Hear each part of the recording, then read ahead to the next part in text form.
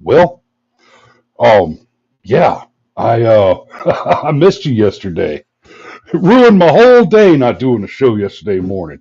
This is part of my routine. I get up early, I read the news, I do the show.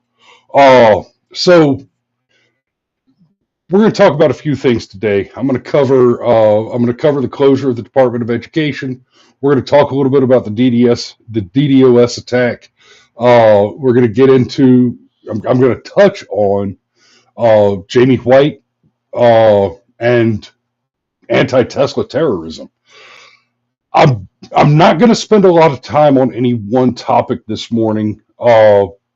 And I want to mostly focus on the Department of Education stuff because with all the other stories, frankly, we don't have that much information yet. I want you guys to be aware of some of the stuff that's going on. And outside of the Department of Education story, the others are all linked to the rise in left-wing active violence. So I'm going to do this a little bit out of order. Like I said, I'm going to start on the Department of Education story, and that's going to be my primary focus. But first, we didn't have a show yesterday morning, and that is because of the DDoS attacks on X and on Rumble. In particular, in this case, the ones on Rumble. Now, X got hit a lot harder than Rumble, but Rumble got hit hard enough that their servers just couldn't handle running the studio yesterday morning, and that it really was that simple. I clicked on the button, and it would not let me enter the studio to set up the show and talk to you guys yesterday morning.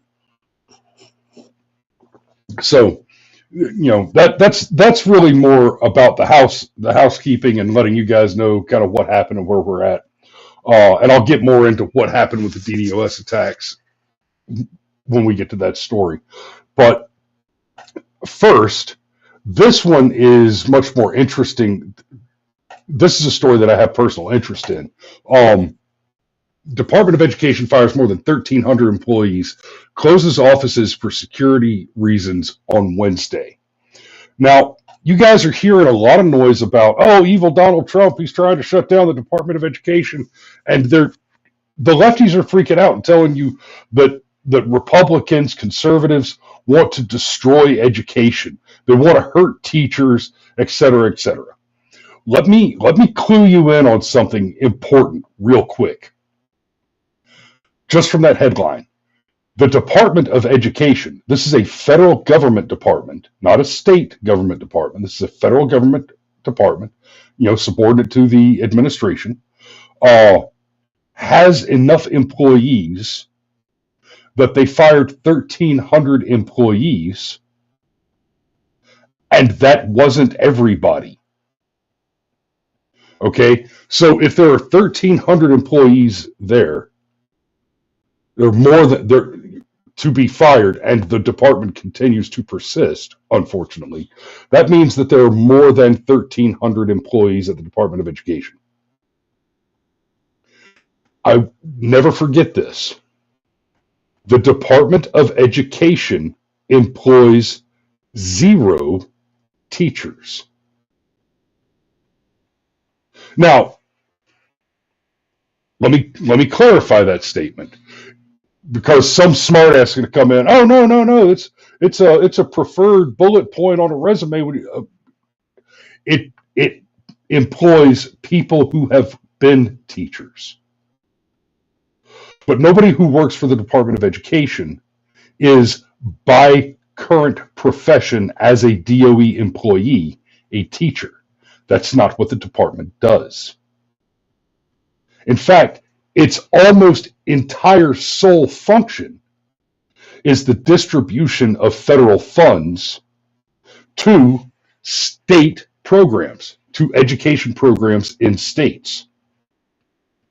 How in the hell can you need 1,300 people, let alone a significant number beyond that, to where firing 1,300 employees doesn't shut down the entire organization?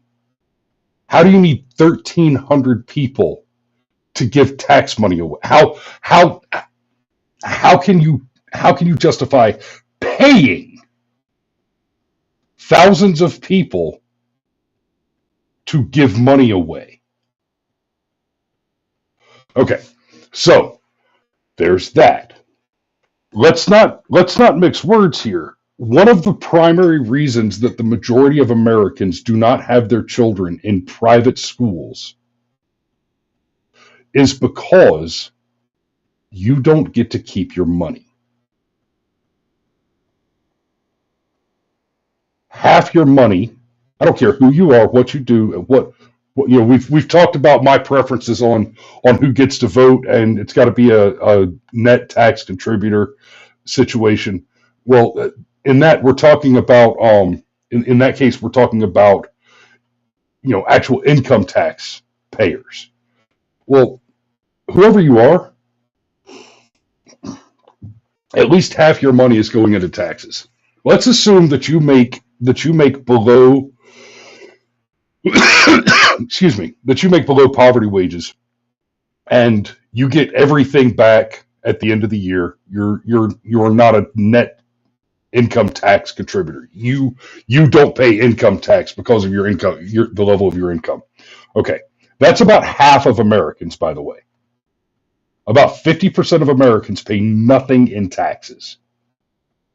Right? We've talked many times in the past about how that evil top 1%, 10%, they pay the vast majority, right? 80 to 90% of all taxes that are paid.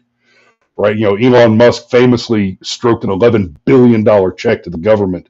I think it was year before last.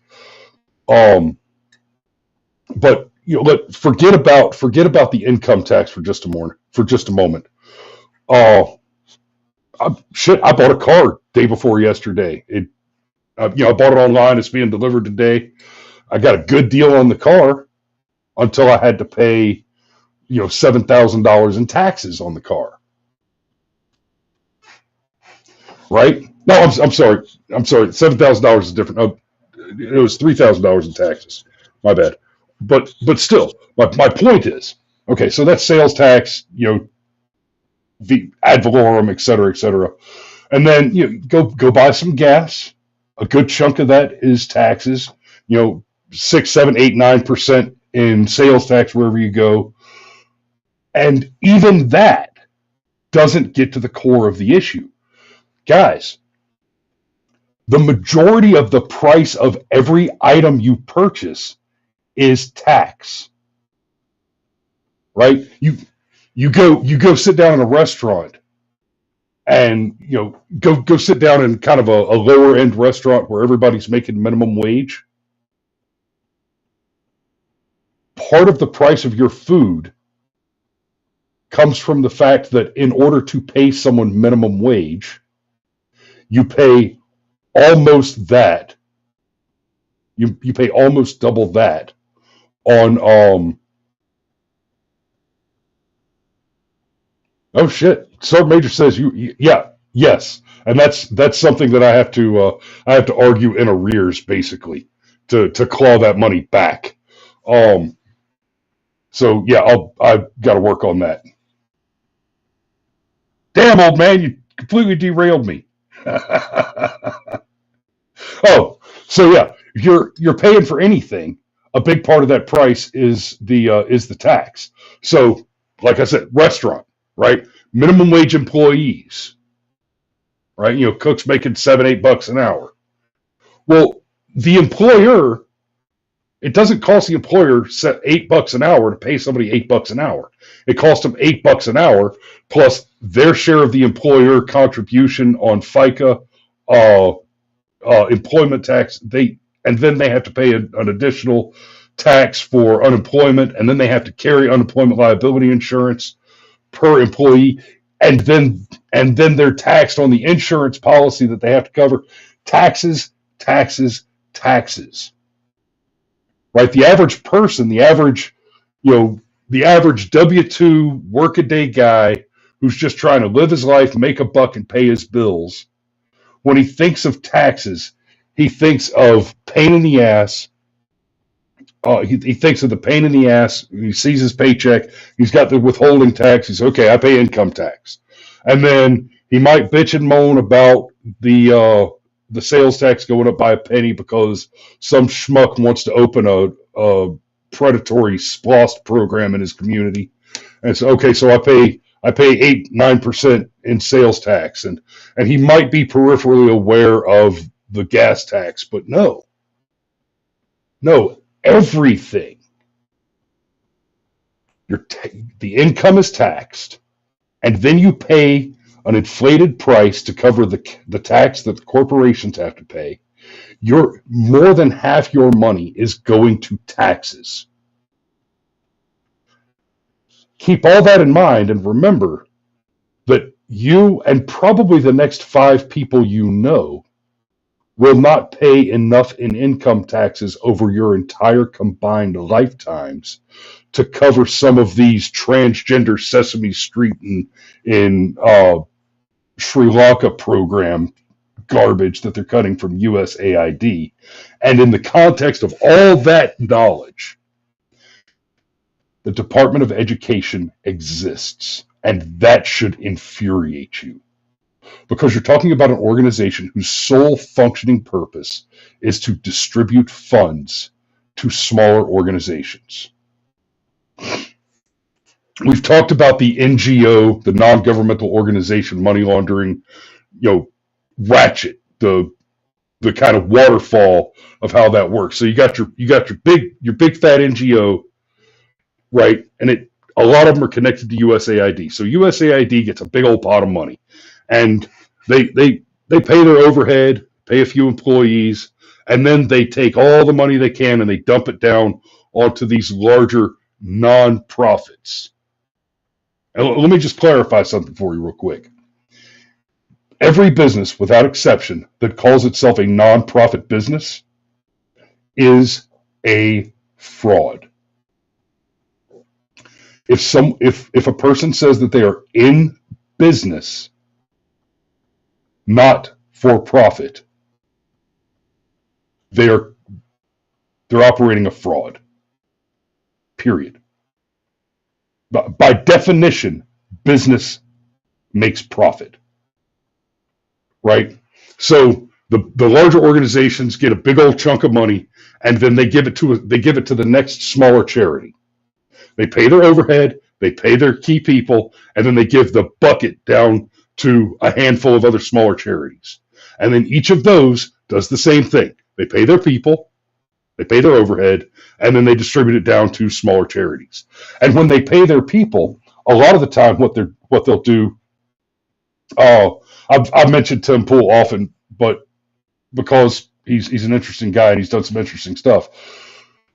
When Tim Pool talks about when he was younger, he worked as basically a fundraiser, right, for nonprofits. It was an easy idiot job that anybody could get.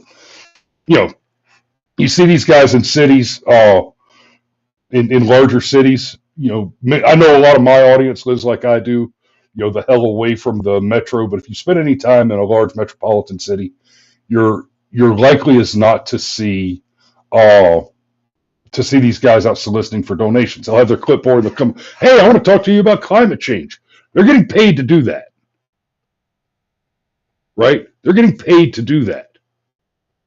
And when they're getting paid to do that, the so-called nonprofit organization, they theoretically have to show that they're doing some kind of work that's related to the mission of the nonprofit. We see this a lot, especially with the climate change activists, environmental activists, where the only work that the organization does that is related to the topic of climate change, for example, and this is true for many of these NGOs, the only work that they actually do in the United States is send people out to beg for donations. And then they make the argument is, well, we're raising awareness, right? We're making sure that people know about the issue so that they get involved. Well, get involved in what? What are they getting involved in, asshole? Because apparently there's nothing to get involved in unless they just want to come and get a clipboard and go tell other people basically to come pick up a clipboard to keep leeching in the money, right? So Department of Education is essentially that, but federalized. I've explained this many times before. There is nothing, literally nothing, not one thing, not national security, not road maintenance, nothing that is done by government that cannot be done better and cheaper by private industry. Now, that's not to say that private industry, where it does what government does, necessarily does do it better and cheaper. And certainly not cheaper, but there's nothing that the government does that cannot be done cheaper and better by private industry. And a lot of that fact owes to things like organizations like the Department of Education, where you are essentially you're paying someone to distribute money. So every dollar that is spent on education by the federal government costs an additional $3 to $5 for that dollar to be spent. You're by a wide margin, federal departments are little more than middlemen between the taxpayer and the thing that the tax money gets spent on. And as we've seen with the USAID stuff and the abysmal outcomes from American education, and many other woke programs, DEI programs, etc., the things that our money's being spent on it's being spent without our advice and consent. Department of Education is no different. This is the same Department of Education that is, basically you get $100,000, $50,000 of it gets distributed to a local school after half of it's spent on paying someone to sign that distribution, and it's earmarked specifically to buy books like This Book is Gay or My Two Daddies or whatever, any of those. And we're when we talk about the books that need to be banned, we're not talking about, as much as I don't want my kids being taught that deviant behavior is normal. We're not talking about books that just teach deviant behavior, alternative sexual preference, et cetera, et cetera. No. Books like This Book is Gay, the book specifically instructs children on how to use the Grindr app. If you don't know what that is off the top, I'm not going to explain Grindr on this show, but I want you to be clear that we're talking about books that explicitly, and when I say explicitly, I mean with diagrams, explain what Grindr is, how to use it, how to download it, what sodomy is, with diagrams and photographs and images. And that, the sodomy thing, that is the least absurd and offensive. That's the least deviant behavior that is detailed in the book. Right? And I'm using This Book is Gay as the example for this conversation, but there are several different books like that. And that's all being funded through the Department of Education. So I'll ask any of you. I went to a public school. I did, and I'm not mad about it per se, but I challenge you to think back on your public school education. You learned to read. You learned some math.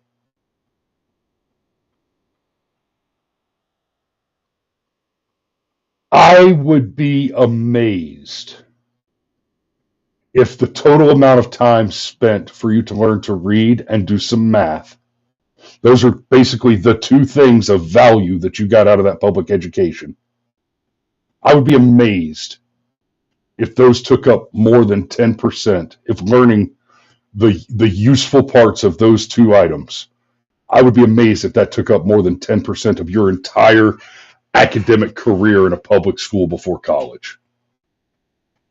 And for a lot of degrees, I'd be amazed if your 8-year advanced degree generated much more value, unless it's a technical specific, medical degree, something like that. Oh, and Sue says, looking to see arrests. Okay, so I got to say this to the Lowrys, except for Tim. We got to get Bill in here too, and just fuck the whole family. Quick, somebody call Bill. Tell him to pull his phone out. Shit, I haven't seen him in probably 5 years. Anyway. Sergeant Major says he learned mechanical drawing. Okay, solid. How much time did you spend on that, Dad?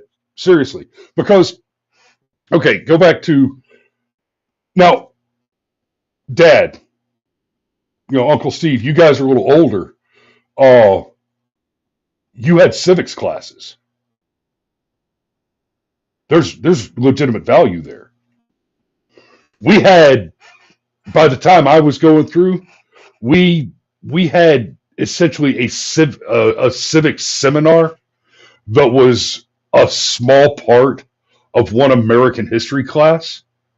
And don't get me, I love American history. Hell, the fat electrician just that's basically what he does, is videos on American history. There's oversimplified history videos. We watch those with the kids. They're fantastic. I find the study of history fascinating. But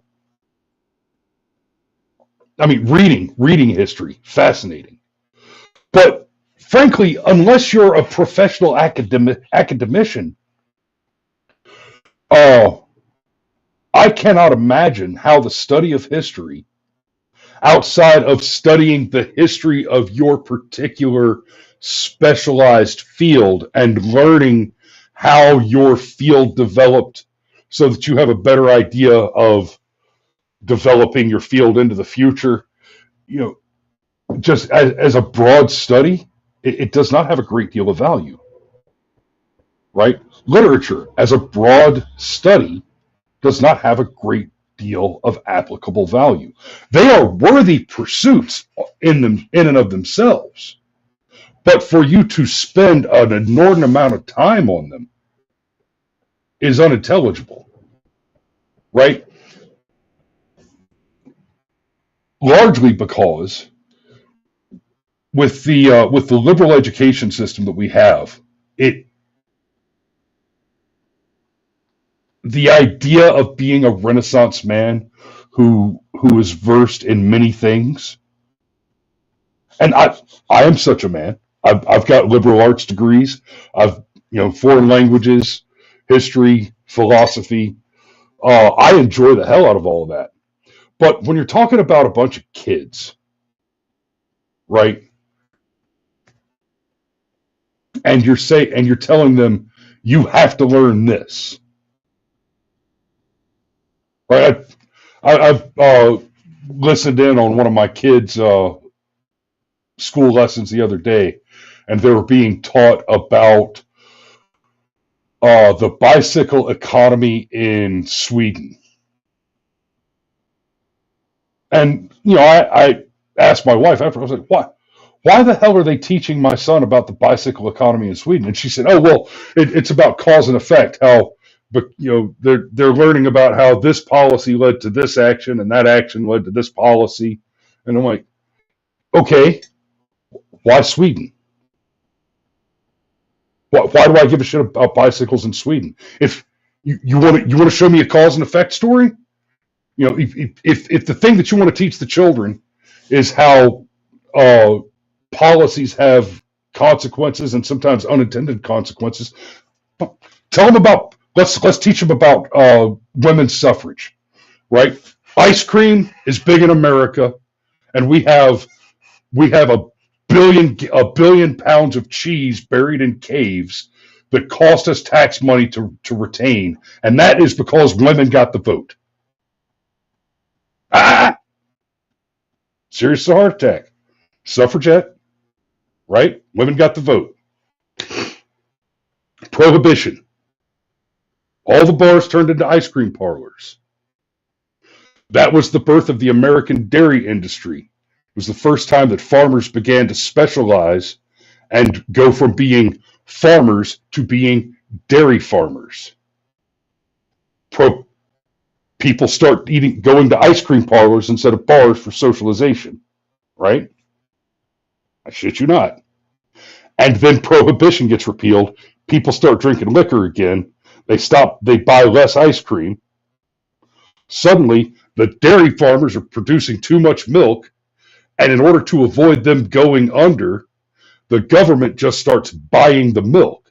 As soon as the government starts buying all the milk, this is the same way that college prices got out of hand. Government starts buying the milk, they start producing more milk. Government doesn't know what to do with all the milk, so they convert it into cheese. Reagan brings out the government cheese to try and get rid of the several billion tons of cheese that we're paying millions of dollars a day to refrigerate.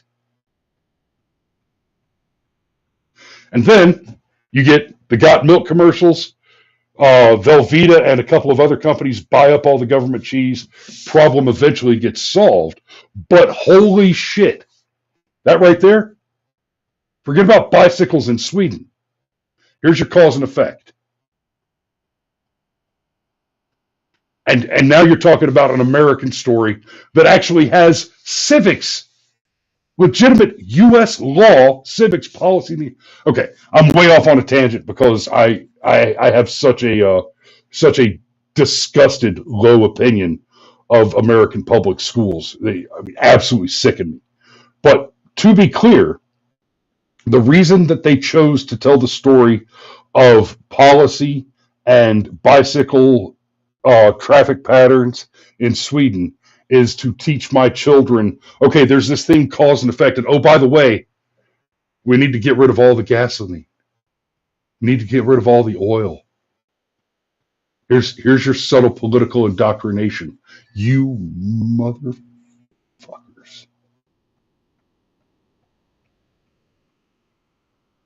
Every time I hear somebody say a teacher is a hero, you know, I had some teachers when I was a kid that were good people.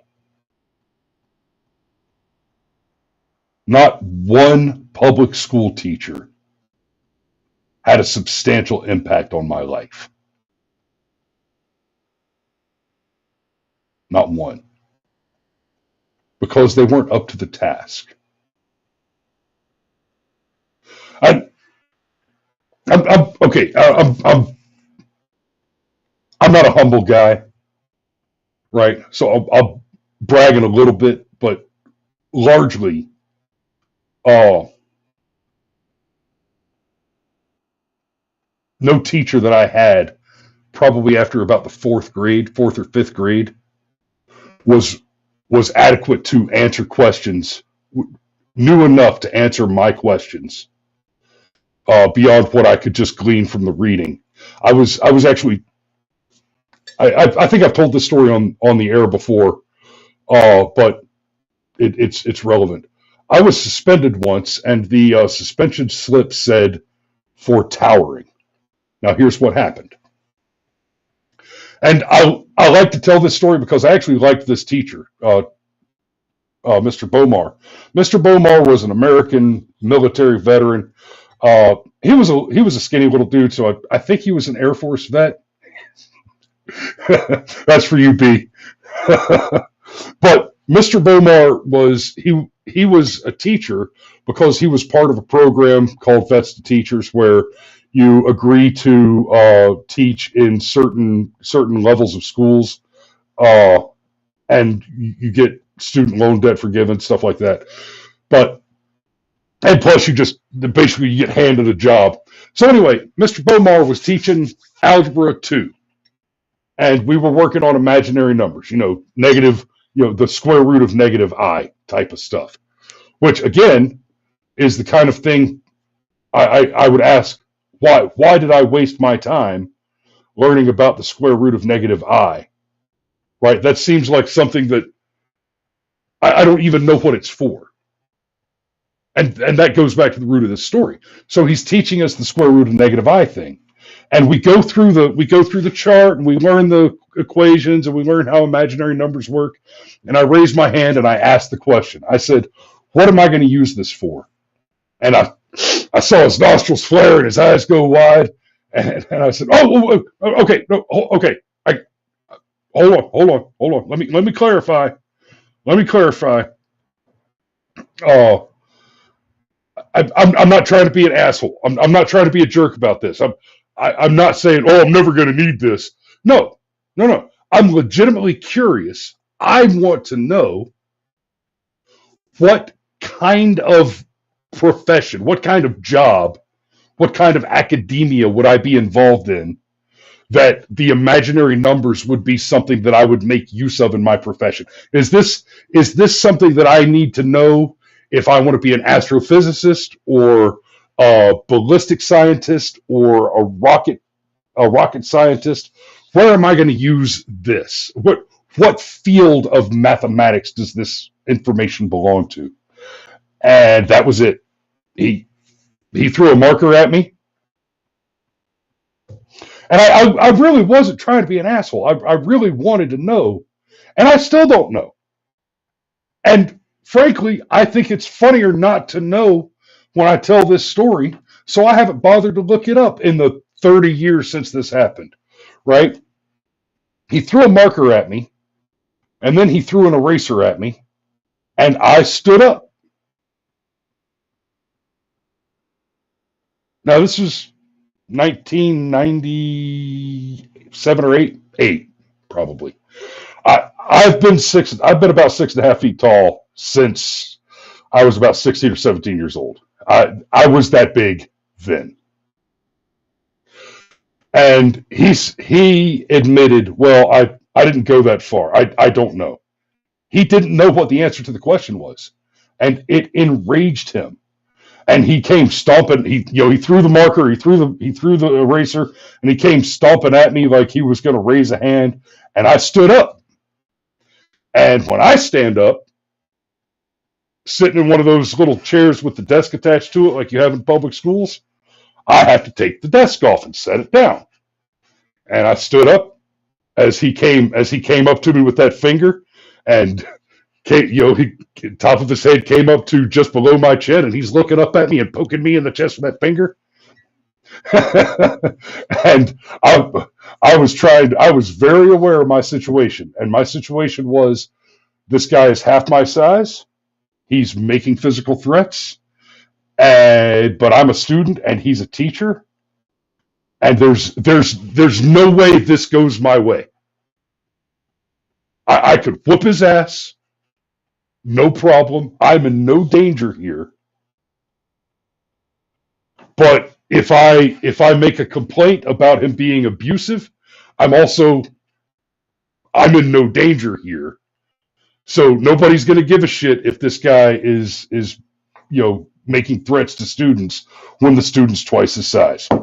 So I was suspended for towering. Literally for towering. I was suspended for being taller than the teacher. But the salient part of this story, and remember, I started this off by saying I liked this teacher. He was a good guy. And after this incident, our relationship was fine, right? We even had a conversation of, after I came back from suspension. And it worked out great for me because I just went to work and just worked, open to close 3 days in a row and made a little extra money at Papa John's that week. But went back and talked to him afterwards, and we settled down, and everything was cool, and we had a fine working relationship after that. I still have never in my life since that conversation ever once had a legitimate use for my knowledge of imaginary numbers. You know what I could have used? I could probably have used a more comprehensive understanding of stock market investing.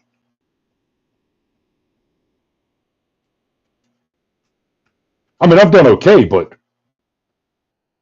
I definitely could have used that. You know what I could have used, but I had to figure this shit out on my own. How to get a business license. What's the difference between a C corp and an S corp? Right? You know what I could have used? How about where do I even go to apply for a business license? What's the order of operations? Right? Why is personal finance not a part of that education? Well, for the same reason we have an income tax. Because the organization that educates your children does not want them to enjoy any success in their lives. You're not allowed to improve. They don't want that. Okay, bear with me just a second. I got to pop up X real quick and see. Guys, I've tried to figure this out. I apologize. I'm taking a peek to see. Okay, we got a dozen or so viewers on X. You guys on X, I love you. I do. I want to apologize for the. If anybody knows how to fix it, I don't. You can't chat on X unless you are a premium subscriber, verified, whatever. I don't know how to change that. I've been digging through the settings over and over again. I asked Grok, and I cannot figure out how to change that setting. So if anybody knows how to fix that, let me know. And send me an email at either info or the show at brushfiremind.com if you know how to fix that shit, because I hate that you guys watching over there on X can't comment, but do please share and subscribe.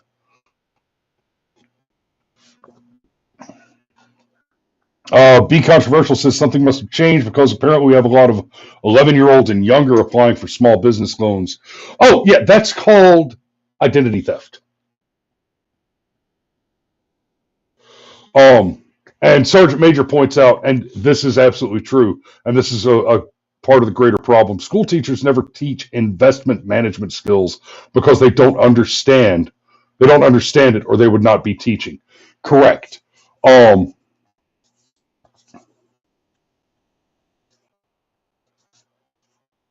DS says imaginary numbers are useful for digital signal processing. See Fourier transformers and cryptography too. Aha! I am a cryptologist.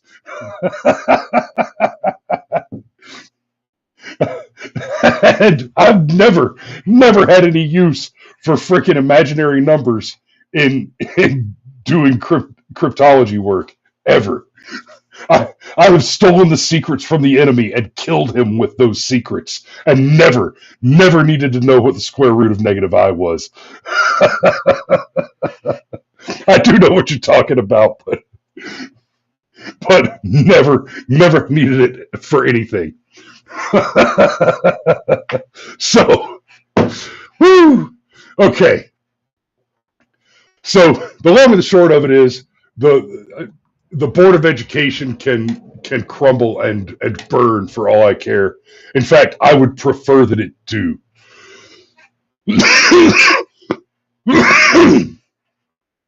But I need to move on because I do need to wrap this up eventually. Got shit to do today. So let's move on. So X under attack. Dark Storm says it was behind Musk platform DDoS. A DDoS. So I know some of you guys are older, and not all of you guys are professional crypto spooks or cybersecurity professionals and the like. DDoS is a distributed denial of service attack. Basically, what that means is that a large number of access requests are made against a server, to overwhelm the server's capacity to respond to the requests. And the way that it works with a DDoS attack, generally they're using bots, fake accounts, fake requests, right? So they create a program that bombards a server with requests. Now, that can a request can be as simple as going on X and clicking on a post so that you can read it, right? That's a request of the server. So if you create a computer program, bots, artificial creatures, artificial accounts, artificial interactors, then they can log, billions or sometimes more. You're talking about processing through modern graphic controllers with assistive math processors that can operate in the tens of teraflops. That's a huge amount of data processing. So those attacks, basically, it's just robots clicking on posts billions, if not trillions of times, and it causes the servers to, at a minimum, bog down, slow down, right? But I mean, it can just totally crash the system. Now, take a moment and appreciate Twitter or X on any given day has millions and millions of interactions a minute, right?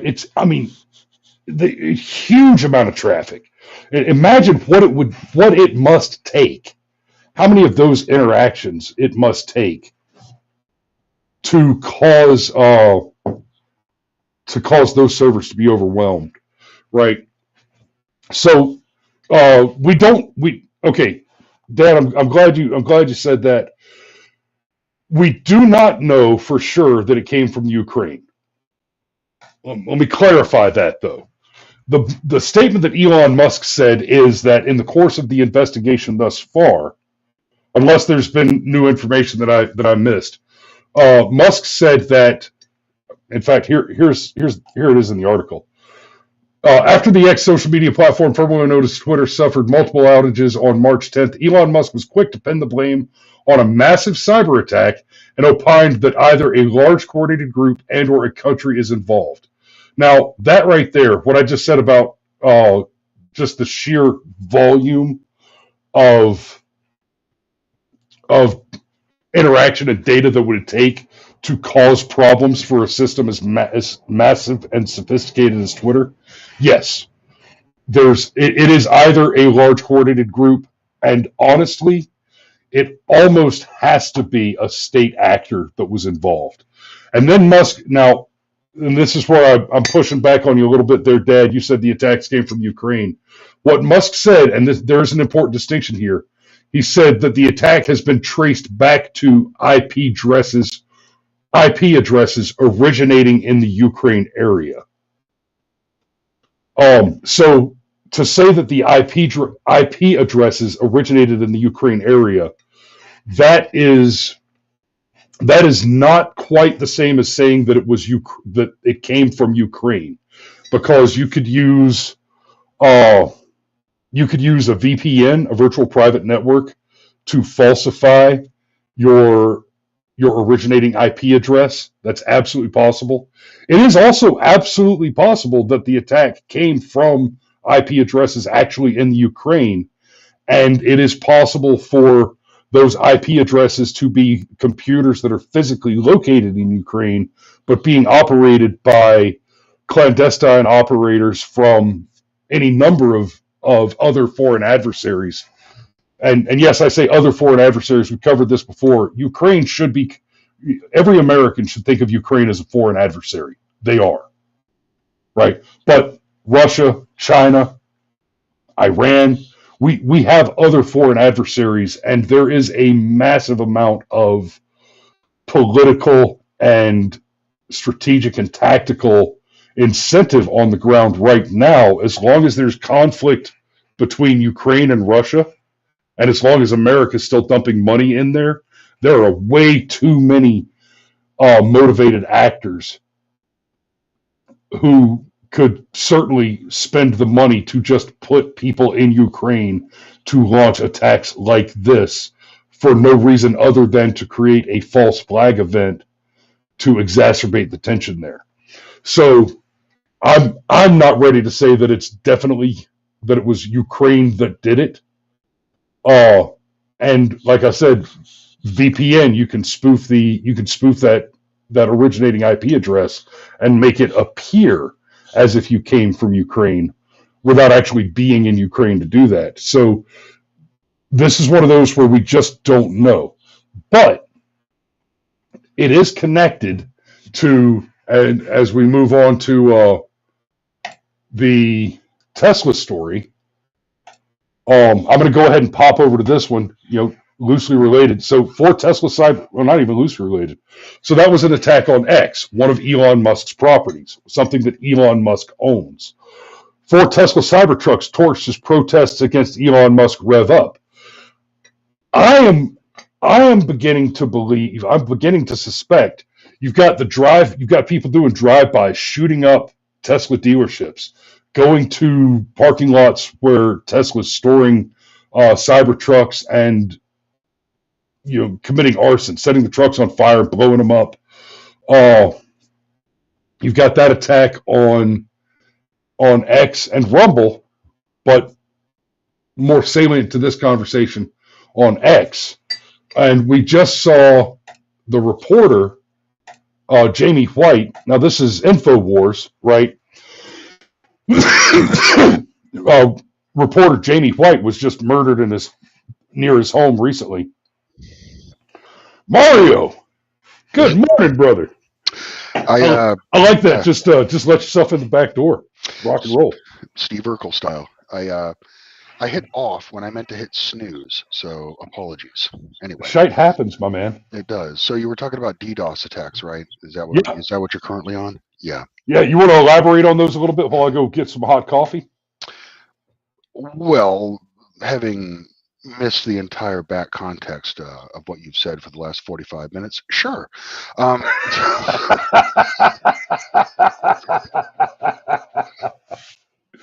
Anyway, so as I'm assuming, attacks. I was explaining to them how DDoS attacks work, and how the fact that the DDoS attacks, and actually, instead, I'll kick you over to the Jamie White story in just a minute. I've heard. My mic is low. Okay. Anyway, that should be better. But one thing I just wanted to dispel about the DDoS attacks is there are some people saying that it could have been done by a VPN. Okay, that it could not. The computers in question, okay, who are responsible for the DDoS attack, they would have to have been physically in the Ukraine, okay, because you can't. A DDoS attack is basically a mass spam attack, right? It's a computer network or a series of computers that are doing basically spam data packet requests, okay, on a single server. And if you were, and the point is to basically overload the port of the server in question to the point where it cannot function, okay, because it's receiving so many data packet requests that basically it crashes, essentially, because it cannot handle the site traffic, even though it's artificial, that is going to that server, all right? So if you were going to do if you attempted to do a DDoS attack over VPN, what you would effectively do is be spamming and DDoS attacking the VPN provider. So I'm pretty sure I'm not wrong. If anyone wants to correct me on that, go ahead. But that is my understanding of how a DDoS attack works. Okay. So. Okay, that's actually quite helpful because you've just explained it better than I had, and I did not understand that part of the VPN side of it. Right. So I was just about to step off of that, and basically I was going to tie together the other several stories. So you've got the DDoS attacks on X that we just talked about, and Mario, thanks for that. You've got leftist terrorists basically setting setting Cybertrucks on fire and doing drive-by shootings on Tesla dealerships, Yeah. which hell no.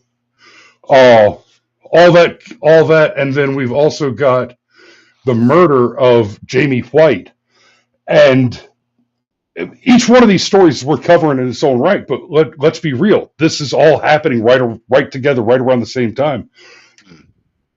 This is not complicated, guys. Democrats are violent. Here, I want you to put this.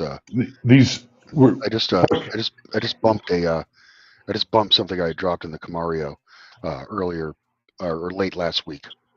Just get a look. Just give the audience a glimpse of what some of these people look like who are committing acts of terror against Tesla dealerships. Okay, and like a lot of people are saying, what is it really an act of terrorism? That's bullshit, Trump. You're just saying it's terror because he's attacking your friend's business. Dude.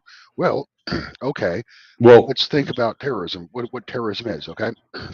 It is a concerted effort basically to inflict harm against people or destroy property or basically just general destructive mayhem that is a threat to life and property, right? That is specifically done to terror, like basically to instill fear in someone over political purposes, okay?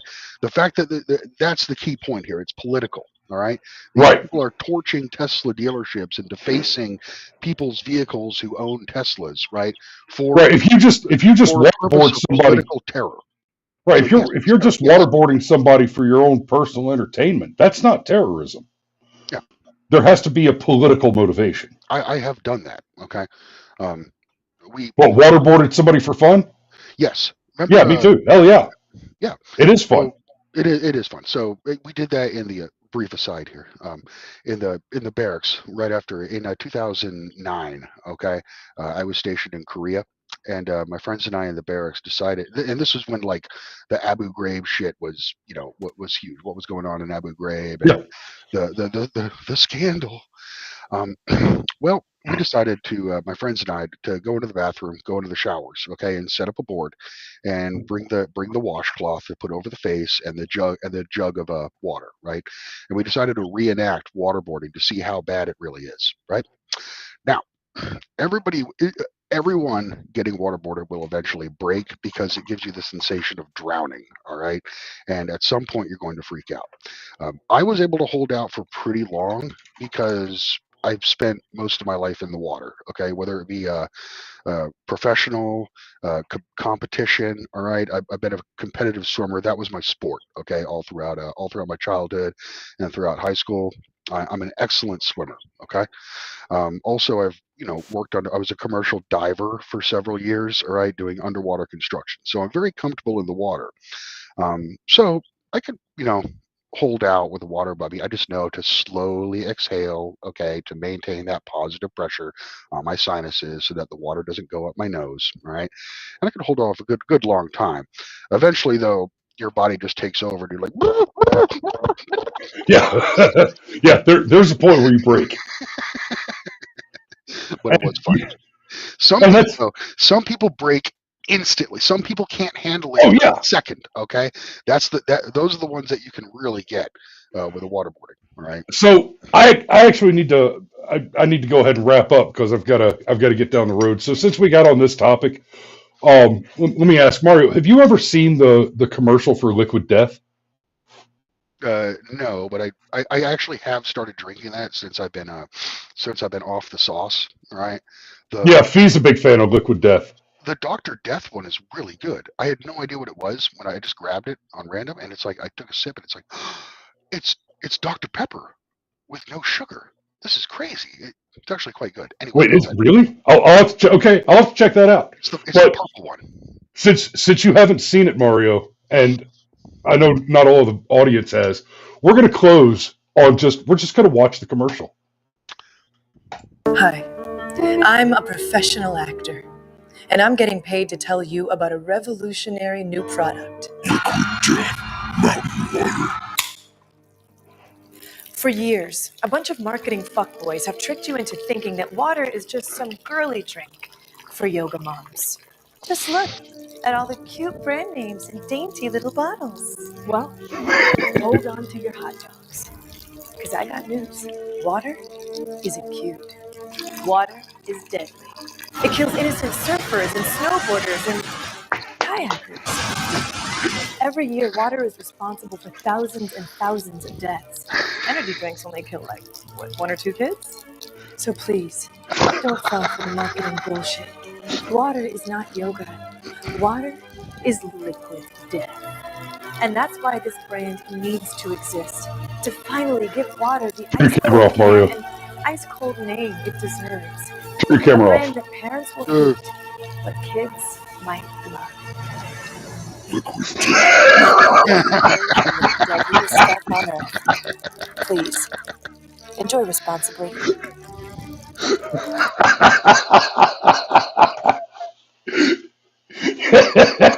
Yeah, I thought you might enjoy that. That looks like the type of warped shit I would come up with if given a budget and told to. Right?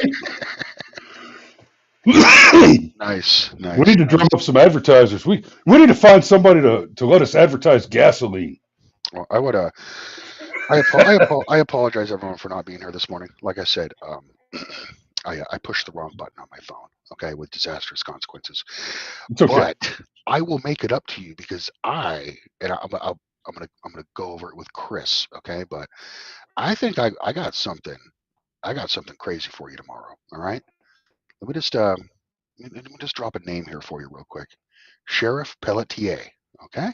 Some of you know, some of you don't. I'd like to take a walk down memory lane. Las Vegas, Maui, and now new allegations have been revealed about this band. It could be. Okay. It could be. I dare say. You left. It could be time. I'm going to discuss it with Chris, but tomorrow could be tinfoil hat time. So prepare accordingly. Okay. Understood. Make sure you take your liquid soluble iodine, boys. Okay. It could be a while. All right. So with that, looking forward to tomorrow morning's episode, guys. Thanks for watching this morning. Like, share, and subscribe. Click the link below in the description to buy me a coffee. Help me grow the show. And remember, objective number 1 with the fundraising for Buy Me a Coffee is to make Mario and Cameron quit their jobs. So thanks for watching. We love you, and we will see you tomorrow.